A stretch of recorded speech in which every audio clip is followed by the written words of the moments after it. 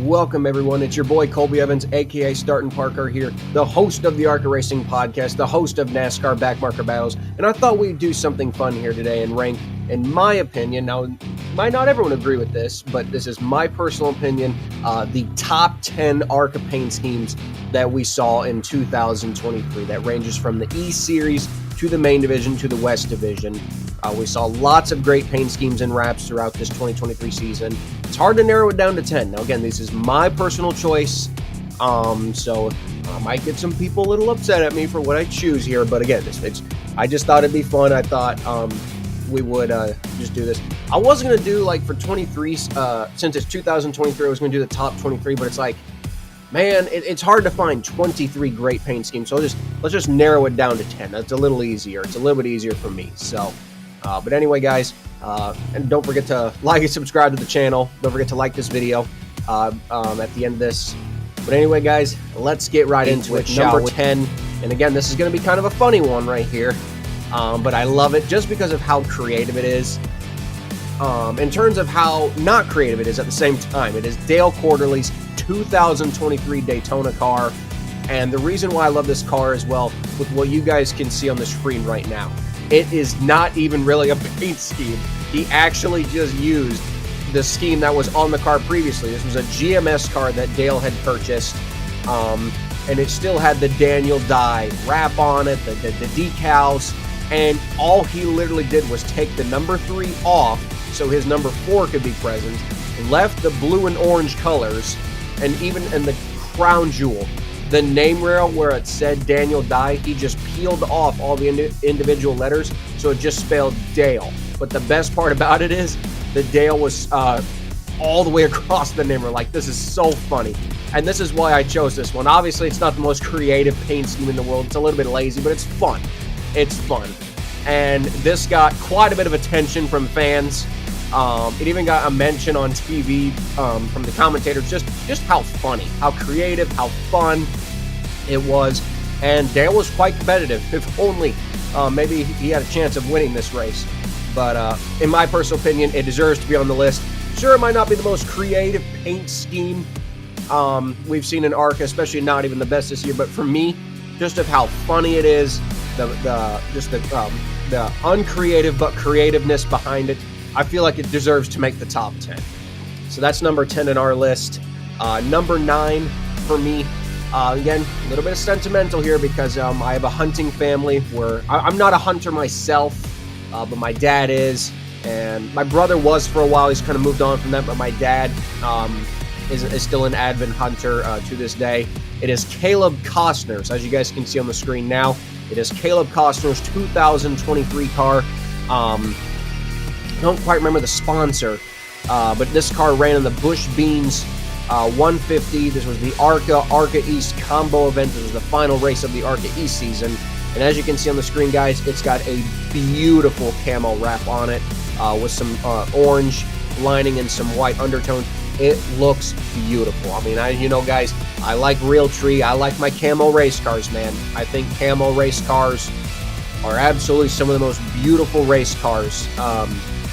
Absolutely some of the most beautiful race cars we see. And any type of motorsport, whether it's, like I said, it's a modified late model, even if a Formula 1 car had a camo paint scheme, I would love it. But for me, this is kind of a sentimental one. I love it just because of how much the number sticks out. They nailed this perfectly. They had it all camo, just some barely white undertones to show off the sponsor.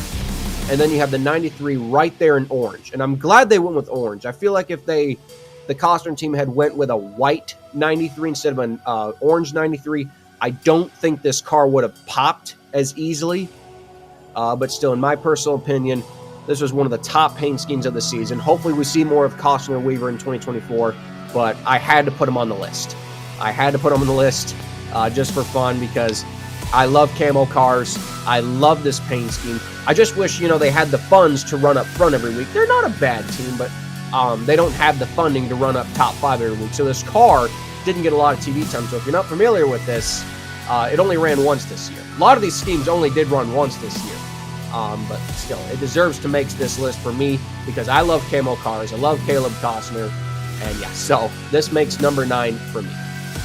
Number 8 we have an entry from the West Series. And this car, I just love plain color cars. Like, if it's just one solid color, but they make it look cool, it can actually be a really underrated paint scheme. And that was Johnny Borneman's the Third's Tilly's car from the ARCA West finale at Phoenix. It actually only ran a couple of weeks ago, or about a month ago. I don't know. It's been a while. But, yeah, this car was solid yellow. It was kind of the opposite to his teammate, Justin Johnson. He ran a black car with a yellow number and yellow Tilly's logo, where Johnny Borneman ran a yellow car with the black number and the black sponsor logo, as you guys can see on the screen. And to me, this just gives me Junior Johnson yellow banana vibes, and I love yellow cars. Yellow cars are also very fun. And, you know, like I said, well, where's the creativity? The creativity is that it's one solid color. And one solid color paint schemes, I feel like aren't used enough nowadays. And especially when they're done right. Like, and if you see in the outline and the sponsor, they do the thick lettering with Tilly's. So it's a yellow car, and you can see that sponsor easily. There is no problem seeing the Tilly's logo. There is no problem seeing the number 41. And I wish we had more cars like this in the ARCA series, in you know, the NASCAR circuit, the late model circuit. I mean, all different types of racing. One base color cars, I feel like, just aren't used enough. And I understand, you know, you want creativity, you want an outrageous paint scheme sometimes, but it's paint schemes like this on this 41 car that I feel like go underappreciated. For just how creative it is at the same time, because you're making sure that your number one, your car, and number two, your sponsor, and your number will stick out on track. Trust me, any fan that was there at that ARCA West race saw that car, and it was not hard to find. So for me, it deserves to make this list because it's just a good-looking car. Tilly's is a fun sponsor, and yeah, yellow banana vibes from Junior Johnson, and I can't complain from that. Anytime someone does a tribute to Junior Johnson, you gotta love it. So yeah, that was number 8 on the list. Number 7, technically this was a West, but also a main series combo race. This was the first race of the West Series season in a combo event with the main division. It is Leland Honeyman's Clean Freak, number 02 car. This was under Young's Motorsports, and man, what can you say about this car? From the bright blue to, I'm going to call that pink, but some people might call it purple.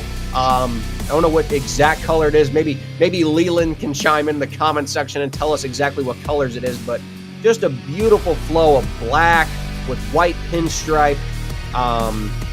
As you guys can see on the screen right here, it's just a beautiful flow of white, black, the blue, and the pink or purple.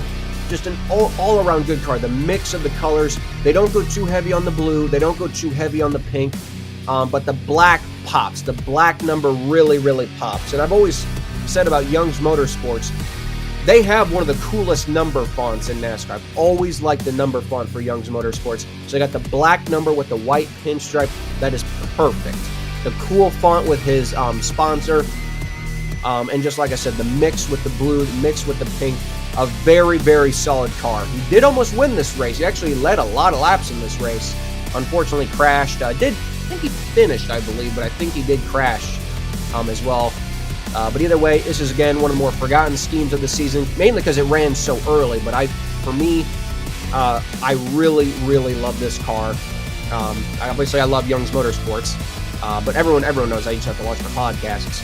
But for me, I'm a bright blue fan. Blue is my favorite color. I'll say right on the channel. But bright blue with the pink and the black, it just goes so well together. It really does. You know, going like what I said with the Tilly's car, you got to make yourself stand out. And with the weird font of the sponsorship and the blue and the pink or purple, it's going to stand out on track. And that's what you got to really grab. So I love this scheme, and that's why, for me, it deserves to be number 7 on this list. Number 6 on this list, well, as you guys can kind of see on the screen right here, it's mainly because it's a throwback. Everybody loves a good old Days of Thunder throwback. Here we got D.L. Wilson running his number 10 car. This is from Andy Hillenberg. I don't know if this actually was an Andy Hillenburg entry or Ed Thompson Racing. D.L. Wilson does do a partnership with Andy Hillenburg. So I believe this might have been an Ed Thompson Racing car. I don't know if it was a full Fast Track Racing car or not. Maybe someone can let me know that in the comments section. But as you can see, guys, how else am I supposed to describe it? It's a Russ Wheeler throwback, obviously, from the hit movie Days of Thunder from, I think it was 1990. Just an all-around beautiful car. The orange on the front, the blue in the middle, the orange on the back. I like how they got the Ed Thompson logo perfectly angled down. They got the correct number font. I mean, how are you not going to choose this car? How are you not going to choose it? I feel like anytime anyone does a Days of Thunder throwback, it's automatically going to be classified as one of the top paint schemes of the season because why not? Because why not? It's an awesome car. There's not much else to really say about it. It's just an awesome car, awesome paint scheme. It stood the test of time for over 30 years.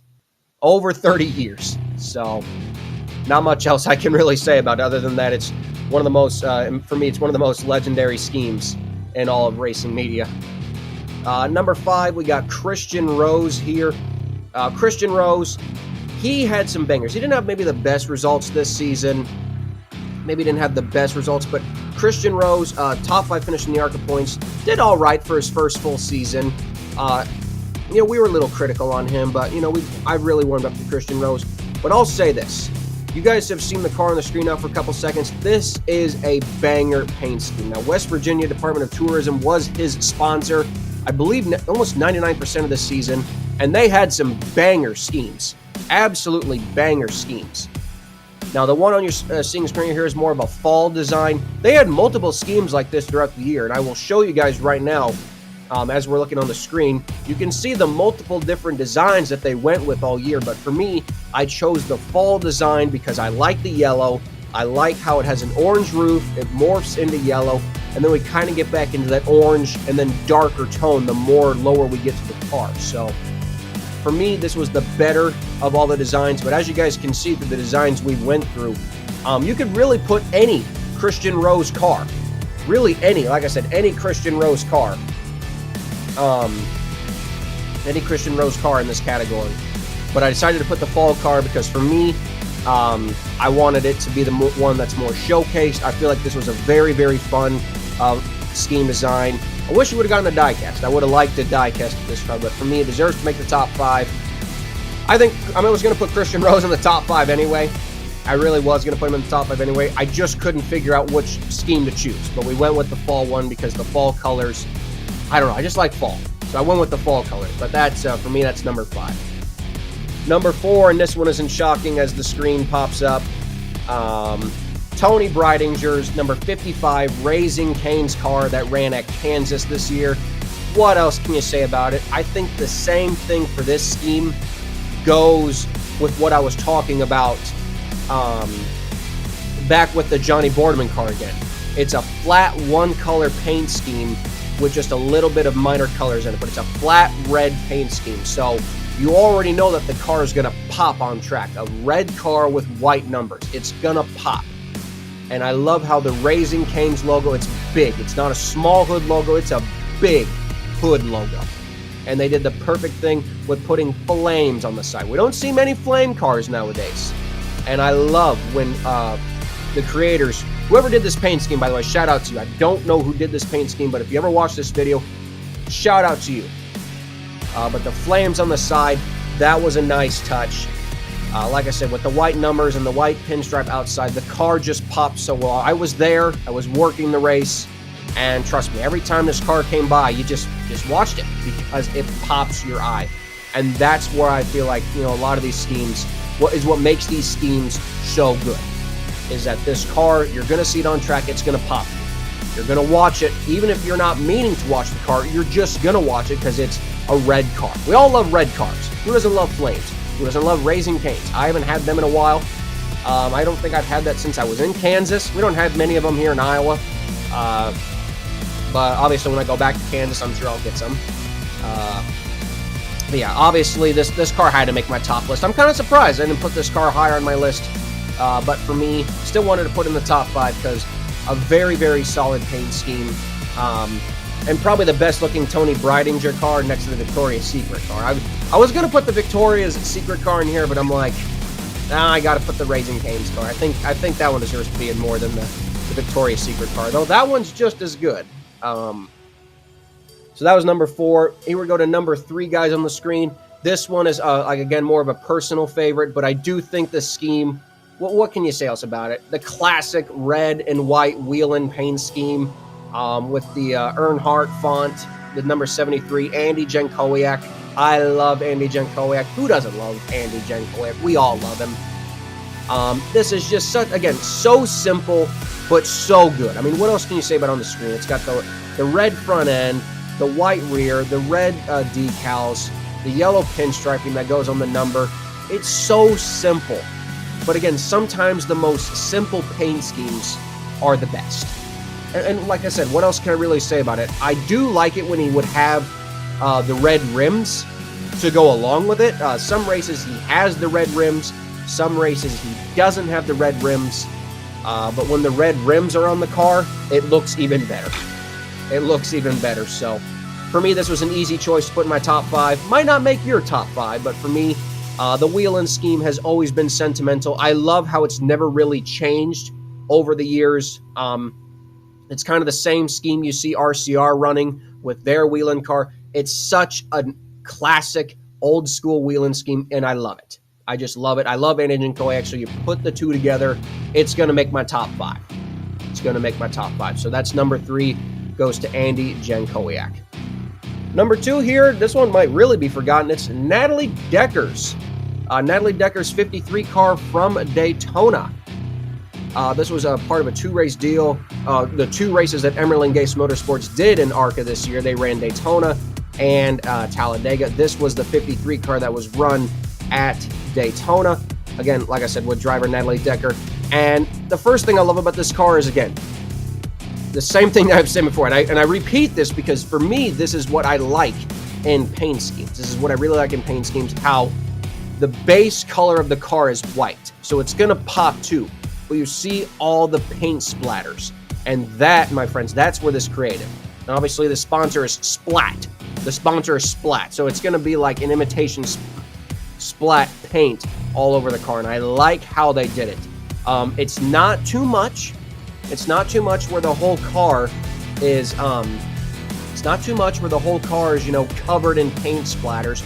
You can easily read the sponsor, but the car will pop you because of kind of the rainbow design of all the mix of splattering colors. And so it's so simple, but it pops the eye so much. And that's why I love this paint scheme so much.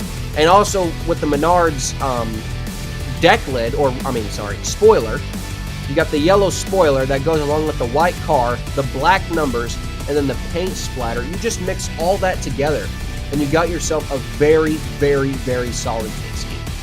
A very, very solid paint scheme overall. I was going to put her at number 1. I was going to put this one at number 1 as my favorite of 2023. But then I was doing some more scrolling and some more images that I had saved, and I'm like, I can't put this number 1 over the one that I would rather have number 1. So I went ahead and put it number 2. So I went ahead and put it at number 2. But yeah, let me know what you guys think. I really like this car. Really, really liked it. Surprised it did not become a diecast. Really, really surprised that this one did not become a diecast. Because we usually see a lot of Natalie's cars get produced. But either way, a very, very good looking car, in my opinion, deserved of a top 5 position on this list. Before we get to number 1, though, I thought we would talk about a couple of honorable mentions. A couple of cars that I wanted to put on this list, but just didn't really, didn't think they deserved a top 10, but still deserve to be talked about nonetheless. First, as we can see on the screen, Willie Mullins is number 10 car from Elko.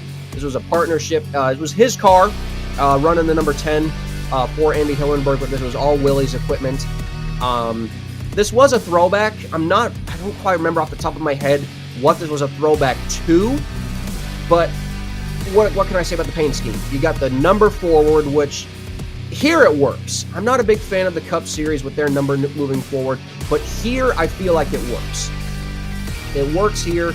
The numbers push forward. You got the classic sponsor. You got the red top, the silver side, and on the Mustang nose, which just looks great. The new Mustang nose looks great versus the Fusion. But yeah, this car, a very beautiful car, very beautiful throwback. And I was going to put it on my top 10 list, but I'm like, yeah, but I wanted to still give it a shout out. So shout out to this Willie Mullins car, and then Zach Heron from Daytona. As you can also see on the screen, this was a very, very cool car. Also, this ran at Daytona for Andy Hillenberg's team. Black front end, white rear end, but then look at all those colors in the middle. You know, you got the blue, you got the green, you got the orange, you got the yellow, you got the purple, and then you got the purple chrome numbers. And man, I tell you, that's what really won me over for this scheme, the purple chrome numbers. So yeah, I mean, it was an easy choice. I was gonna put this in again in my top 10. It was either this or the quarterly car, but I had to go with the quarterly car just because of how crazy that one was. But I wanted to give it an honorable mention because I still feel like it deserved to be on this list. And anyway, guys, we are finally here. We are finally here to our number one slot. In my personal opinion, this is the best ARCA Paint Scheme of 2023, and I don't think anything comes close to this. It is actually a West Series paint scheme. Yes, a West Series paint scheme. For me, at least, one best paint scheme of 2023.